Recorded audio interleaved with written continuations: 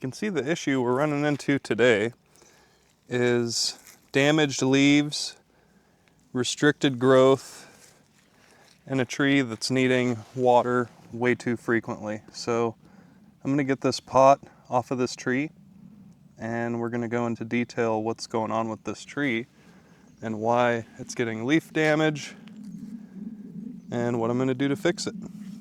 It's July 31st right now, so I wanna get this done before fall or winter. That way the tree's not going dormant with a stressed out canopy and a stressed out root system. So we're gonna go ahead and fix the issue today, and I'll show you what we do. So this full moon,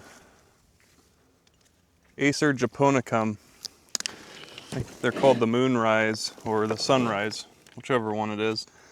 First thing I'm gonna look at is the bottom of the pot. We obviously have some roots coming through the bottom of the pot, and when you go to repot a tree during summer, you're gonna wanna make sure that you are dealing with a wet root system. You don't want it to be dry. And with this one being completely root bound, the only thing I could do to try to keep it wet was water it again. And not just water it once, but come back and give it another soak. Because sometimes with a root bound tree, you'll water it until there's water coming out of the bottom of the pot, but that won't necessarily mean the roots that were bound into the middle or the matted mess of roots, they probably didn't get water. So let's get this thing out of this pot and see what we're working with. With these pots here, there's usually a metal band that grows around the side of the pot, and you can just cut through it with a pair of wire cutters. That's what I did there. There's usually one on the bottom and the top, but since this thing's been in this pot for over 5 or 6 years, you can see that the cedar is actually breaking apart and rotting. So I'm gonna get this off of here and see what kind of roots we're working with down in here. And be careful with these old pots because they do have rusty nails in them, and you can easily get poked or stabbed, so be careful when you're dealing with that. For a tree that's been in its pot for this long, see, you can actually get away with keeping them in their cedar pots for longer than a regular flat pot, because as the roots grow around or grow through the cedar, they just oxidize and they harden off. Otherwise they air prune themselves, because when the roots start getting oxygen, they end up dying back. So I'm gonna go ahead and work away these roots and see what we're working with. And as you can see, I'm doing this in the shade, right now. And the main reason for that is because you want to try to, this tree's already stressed out, and you want to try to limit the stress that it's already going through. And typically I wouldn't be doing too much summer repotting. It's mostly just for trees that I didn't get around to. This tree I just kept waiting and waiting and waiting, and the worse it got. It's actually better for educational purposes because it shows you guys that the tree's not sick or diseased or dying. It's just purely got cosmetic leaf problems because the root system has been neglected. So you can see that I'm being really gentle coming in here to these roots, because it's really important that we don't rip any roots this time of year and expose too much open cuts down in the root system, because the trees are transpiring a lot of water and nutrients at this time of the year to try to get ready to store energy for next spring when they wake up. And the way that the trees will start to store energy for next season is in their branch tips, but they need a root system that's working properly in order to get the energy stored in their branch tips that's necessary for the next season. So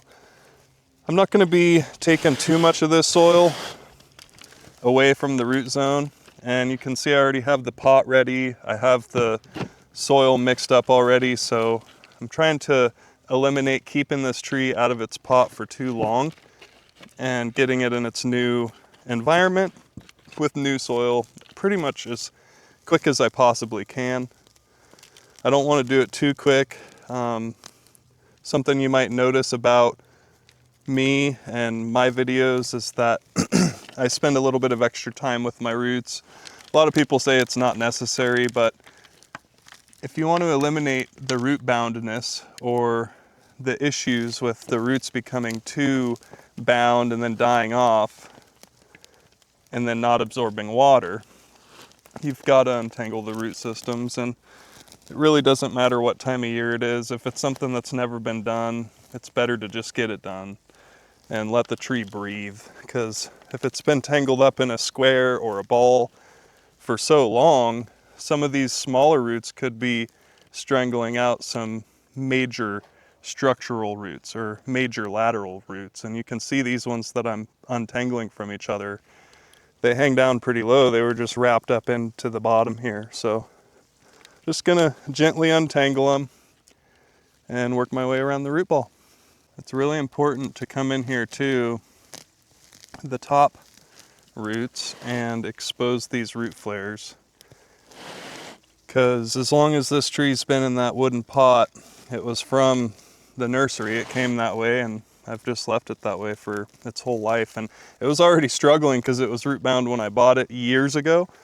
But it's just one of those things where with my trees, I personally do things a little differently. I like letting certain ones get stressed out, or I don't treat every single tree the same way, just because although they might be the same cultivar or the same variety or whatever, they react and grow completely different, even in the same soil, so in the same environment. So it's all just kind of a test and growing these trees for scientific purposes only and for other people's educational benefits.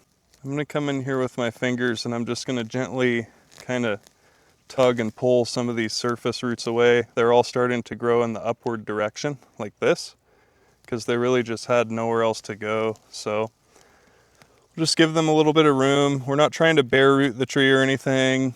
And occasionally, like if you start seeing any of the roots dry out on the edges, just go and soak the tree in some water and rehydrate those roots. But I think this is about what we're looking for. And I'm gonna go ahead, get the soil ready, clean off the table, and we're gonna get ready to put this baby in its fresh pot.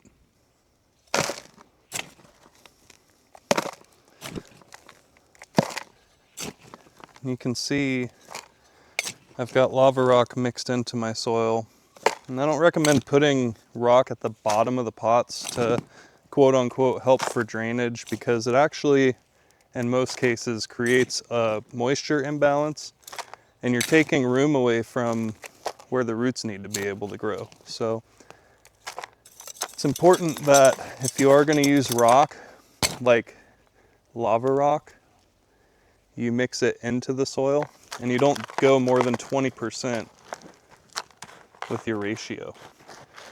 So I'm going to tap around the edges, get it compacted, and then we're going to check the depth of the root system in this pot. And although I'm in the shade working on this tree, it's already starting to dry out, so I'm going to go over and hydrate these roots real quick. If you're someone like me who's had the water sitting out in the sun all day, I would definitely recommend feeling the water and making sure it's cooled off before you go and try to rehydrate your tree's roots. So not really trying to rinse any of the soil out here. That's why I'm not soaking it in a bucket of water. I'm mostly just gonna rinse the roots real quick, make sure that they're nice and wet, maybe tip the tree over a bit and then let it drip. Just lift it up and let it drip, so we're not dealing with a soaking wet, soggy tree. And I'm gonna go ahead and not put this tree up at the normal height that I would, because at some point it's gonna end up being root pruned. So the less roots I could have on it, the better.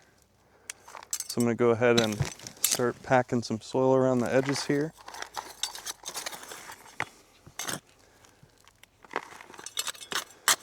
And it's a warm day over here in Western Washington. We're looking at 80 to 90 degree days right now, and it's just one of those things where You can repot a tree, just make sure you're doing it with wet roots. You're doing it in the shade, and then you have a nice recovery area for the tree to rehabilitate in.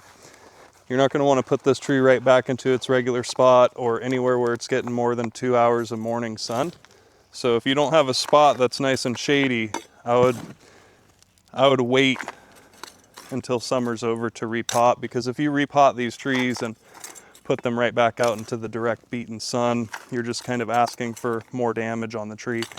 And that's a big mistake a lot of people make, is thinking that your house and the location you pick for your tree is anything like what the nursery is. But most nurseries I'm familiar with don't get full direct sun all day long. So you want to make sure that the trees you're growing are able to grow in a limited light or full sun setting. I'm just going to take my fingers and go around the edges of the pot, make sure that when we do our first watering that the tree's actually holding the water in the pot and the water's not just running down the sides. That's why I was taught to do it. So just kind of scratch around this part right here, and now we're gonna put this tree in the rehabilitation area with all the other trees that need to be in the shade right now, and maybe just go around and give it one good solid press down right here, and then go back around the edges. Especially with the lava rock, there can be air pockets, so when you go to water this tree in to this fresh soil, it's going to be important to make sure that we saturate the roots until they quit bubbling. So once you get your tree that's freshly repotted moved to the spot that you're going to keep it for the next month or so while it's recovering in the shade from you repotting it, you want to go ahead and get it nice and watered. Make sure there's no air pockets. And you can take anything that's long and pokey and kind of stab it down into the soil and move it around, wiggle it, whatever. That'll get rid of the air pockets. But watering the tree in real nicely as well gets rid of the air pockets just as fine. So once the soil is properly hydrated, it's going to actually absorb some water better. So you're not going to have to worry too much about it soaking. You don't want to be filling up the pot and letting water sit up at the stem of the tree, just because that could eventually in the long run lead to fungus pathogens forming on the trunk of the tree, and then that will lead to base rot or root rot. So if you start to see the water pooling up in the pot, just quit watering and let it drain. And I'm going to bring you guys closer to show you the air bubble. And really for the first little while this tree is adjusting to this new pot and this new soil, you may not be able to get all the air pockets out in the first couple waterings. You might notice that it's still bubbling down the road. A lot of that could be the lava rock. The lava rock actually puts air pockets in the soil to help with drainage and aeration. So you can see it's actually starting to quit bubbling. It was bubbling in that spot pretty good, and other spots it's starting to settle. So I'm going to go ahead and call this good. And you might ask, well, are you going to do anything about the leaves? But the real answer is no. You see this leaf hopper bug right here? Those things are terrible, and they do damage your trees. So if you ever see leaf hoppers, just squish them. But I'm going to leave this tree alone for a little while. I'm not going to be trimming any of these crispy leaves off of it for at least, I would say, a couple weeks. And then after a couple weeks, I'll go ahead and reset this tree's canopy. But as far as right now goes, it is in a new home. It's got a new stomach with some new soil. And we're going to see how it reacts over the next 3 months before it starts to lose its leaves in November. That's why I like doing it right now, is because it gives the trees a couple months to recover and then put out a new flush of growth once the nutrients and water starts flowing up to the canopy again. So I'm going to go ahead and leave this one alone, not touch it, not move it, and I'll be giving you guys updates on it over the next few weeks.